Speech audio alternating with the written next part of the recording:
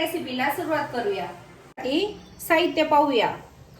ओवा, जिरं, मिरची, आलं, साखर, मीठ, कोथिंबीर आणि बुंदी आणि दही। चला आता आपण जिरं आणि ओवा भाजून घेऊयात।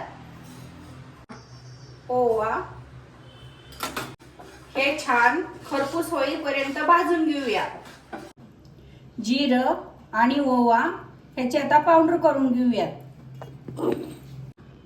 हे पहा, पावडर आता तयार झाली आहे। मी आता वाटीमध्ये काढून घेत आहे।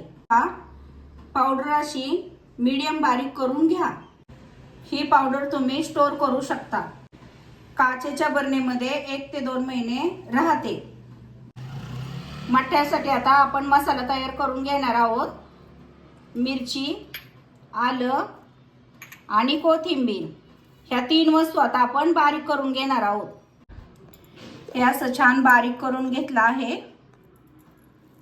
चला मठ्ठा तयार करूयात।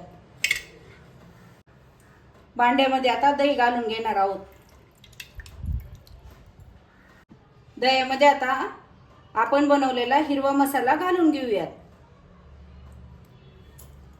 यामध्ये आता जिरं आणि ओव्याची पावडर घालून घेऊयात। चवीनुसार मीठ घालून घेऊयात।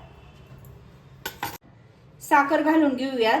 तुमच्या चवीनुसार साखर गोड कमी जास्त करून टाका। आता हे रवीने छान मिक्स करून घेऊया।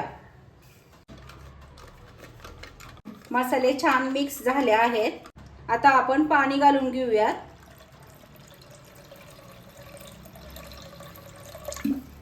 आता हे छान आणखी मिक्स करून घेऊयात।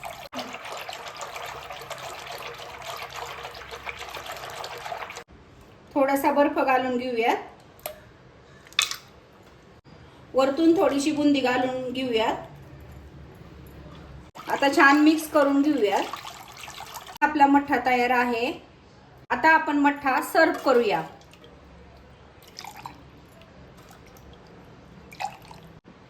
रेसिपी आपली तयार आहे। रेसिपी आवडली असेल तर व्हिडिओला लाईक करा, शेअर करा, आपल्या चॅनेलला सबस्क्राईब करायला विसरू नका।